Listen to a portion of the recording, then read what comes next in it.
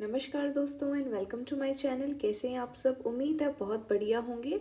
तो हमारे पास हम यहाँ डिस्कस कर रहे थे सीबीएसई क्लास 10th का इंग्लिश का सेट नंबर 1। आज ही आपका पेपर हुआ है। आई होप बहुत अच्छा गया हो।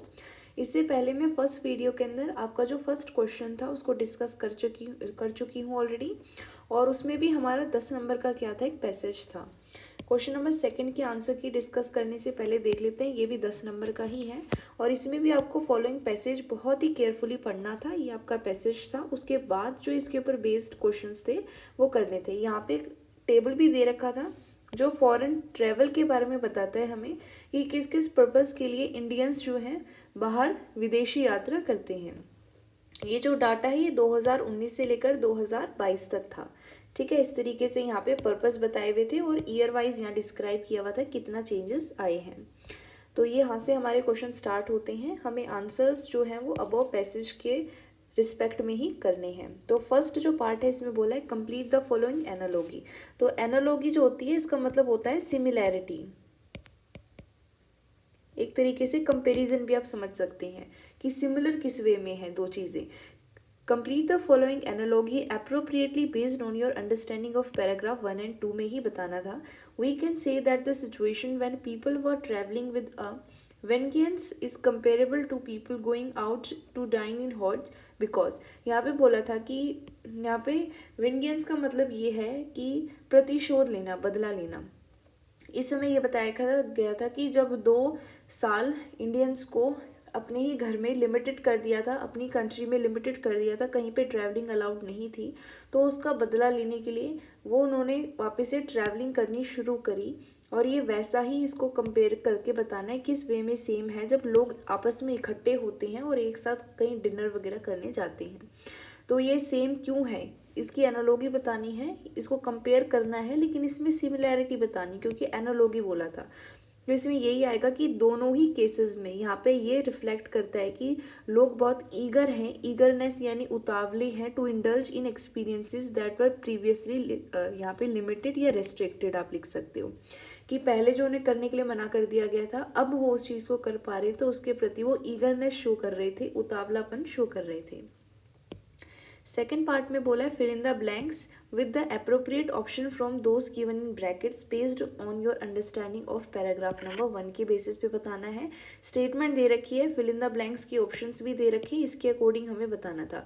Tourism consisted almost 3% of India's GDP यानी gross domestic product and generated around 100 million jobs in 2019 is a और एन। यहाँ पे हमें चीज़ें बताई गई हैं जो क्या है, एक फैक्ट है। ये ओपिनियन नहीं है कि मेरे हिसाब से ऐसा था, ये एग्जैक्ट वैल्यू है, फैक्ट है ये, इसीलिए यहाँ पे तो आएगा first fill in the blanks में फैक्ट। और दूसरे में ये क्या है, एक ऑब्जेक्टिव डिटेल है, कोई सब्जेक्टिव जजमेंट नहीं है कि आपने सब कुछ एक्सप्लेन कर रखा है, ये सीधा ऑब्जेक्टिव डिटेल दे रखी है, इसलिए second fill in the blanks में आएगा ऑब्जेक्टिव डिटेल। इसके बाद जो आपका थर्ड पार्ट था इसके अंदर बताया था justify the following in about 40 words. आपको ये 2 नंबर वाले क्वेश्चन में एक्सप्लेन करना होता है सिर्फ 40 वर्ड के अंदर। After being cooped up inside their houses for more than 2 years, Indians are now excited about being able to travel internationally। इस चीज़ को और एक्सपेंड करके आपको एक्सप्लेन करना है एक तरीके से। तो इसमें आपको यही लिखना था पैराग्राफ के रिस्पेक्ट में कि लोग अब ज़्यादा ईगरनेस शो कर रहे हैं यानी उतावले हैं और अलग अलग डाइवर्स कल्चर यहाँ पे उसको एक्सपीरियंस करने के लिए ट्रैवलिंग करना चाह रहे हैं। ठीक है, ये आपके पैराग्राफ में ऑलरेडी दे रखे हैं, आपने पढ़ लिया होगा पैराग्राफ, ये समझ के मैं यहाँ आंसर की डिस्कस करती हूँ। ठीक है, फिर यहाँ पे फोर्थ पार्ट में बोला है ये जो टेबल दे रखा है इसके बेसिस पे आपको ये बताना है कि इंडियंस किस पर्पज़ के लिए फ़ौरन ज़्यादा जाने लगे, किस वजह से 2022 में जो है किस कारण की वजह से इंक्रीज हुआ है, डिक्रीज नहीं पूछा, किस कारण की वजह से, कौन से पर्पज़ के लिए 2019 के कंपैरिजन में 2022 में इंक्रीज देखा गया टूरिज्म के अंदर। तो एजुकेशन के लिए देखा गया, ये तो सीधा यहाँ दिखाई दे रहा है, ये एजुकेशन का था। पहले यहाँ पे 5.8 लाख यहाँ पे इंडियंस जाते थे और अब 6.5 इंडियंस जाते हैं, तो यहाँ पे एजुकेशन आ जाएगा। बाकी सब में अगर कंपेयर करोगे तो बाकी सब में डिक्रीज हो रहा है, सिर्फ एजुकेशन में यहाँ पे इंक्रीज हो रहा था। ठीक है, ओके, तो आगे देखते हैं। फिर यहाँ पे पूछा है फिफ्थ पार्ट के अंदर the industry is also benefiting from new trends born of the pandemic such as micro holidays and vacations. Which industry is being talked about here? तो ये आपकी फर्स्ट लाइन ही थी पैराग्राफ की। तो ये इंडस्ट्री है हमारी टूरिज्म एंड हॉस्पिटैलिटी। जैसे आप देख सकते हो, ये रहा यहाँ पे इंडियाज टूरिज्म एंड यहाँ पे दे रखा है हॉस्पिटैलिटी इंडस्ट्री। ठीक है, तो ये इसका करेक्ट आंसर हो जाएगा। इसके बाद आपको एक नंबर का क्वेश्चन दे रखा है, sixth, as per the given table for which purpose did maximum number of Indians undertake foreign travel in 2019 and 2022। यहाँ पे एक इन्फरेंस भी बताना है कि यहाँ से आप क्या कंक्लूड कर सकते हो।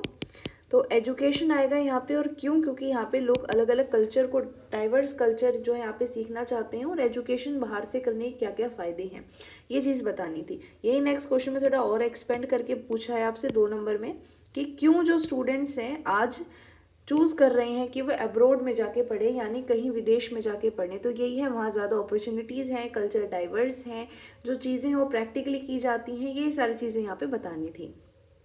उसके बाद नेक्स्ट जो पार्ट है इसमें बोला है, which of the following is the main take away from the study mention in the passage. तो ए ऑप्शन इसका बिल्कुल करेक्ट है कि international travels remain an important means of expanding the horizons and connecting with other culture.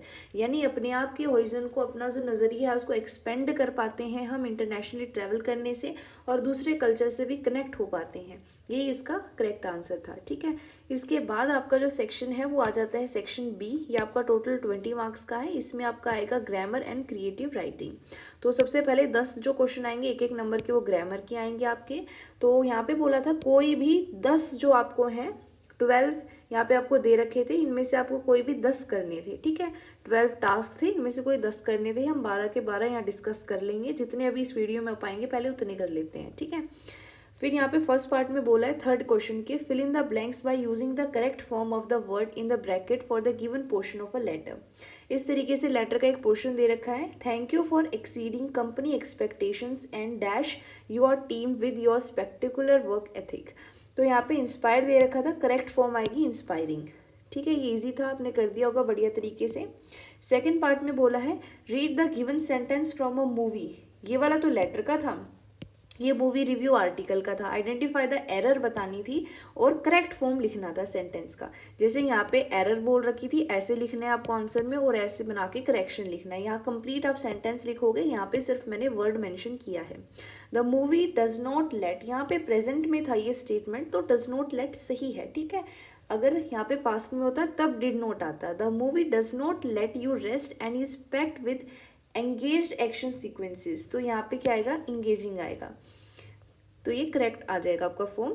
और उसके बाद next में बोल रखा है Akshat and Niharika had a conversation about the felicitation of Akshat achievement.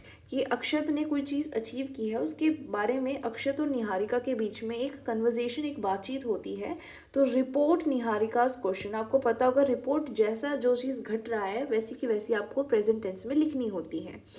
ठीक है, जैसे आपने कोई चीज़ देखी है, आप उसको वैसे वैसे लिखते जाओगे, टेंस आप यहाँ पे यूज़ करते जाओगे कि ये हुआ था या ये हुआ है। ठीक है, आप इसको 2 तरीके से लिख सकते हैं। तो यहाँ पे आपसे पूछा है कि किस तरीके से आप लिखोगे निहारिका के क्वेश्चन को, और क्वेश्चन ये था निहारिका का, what will you B wearing for tomorrow's function. तुम कल जो फंक्शन होने वाला है उसके लिए क्या पहनोगे। तो आप इसको ऐसे लिख सकते थे, Niharika inquired about Akshat attire for upcoming functioning asking what will you B wearing for tomorrow's function. क्योंकि जो स्टेटमेंट होती है, जो किसी ने कोई चीज़ कही है, वो हम एज इट इज़ लिखते हैं रिपोर्ट के अंदर। ठीक है, तो इसीलिए ये क्वेश्चन तो एज इट इज़ आएगा जैसा बोला गया है, और बाकी आप यहाँ पे इंक्वायर की जगह इंक्वायर्ड का इस्तेमाल करेंगे।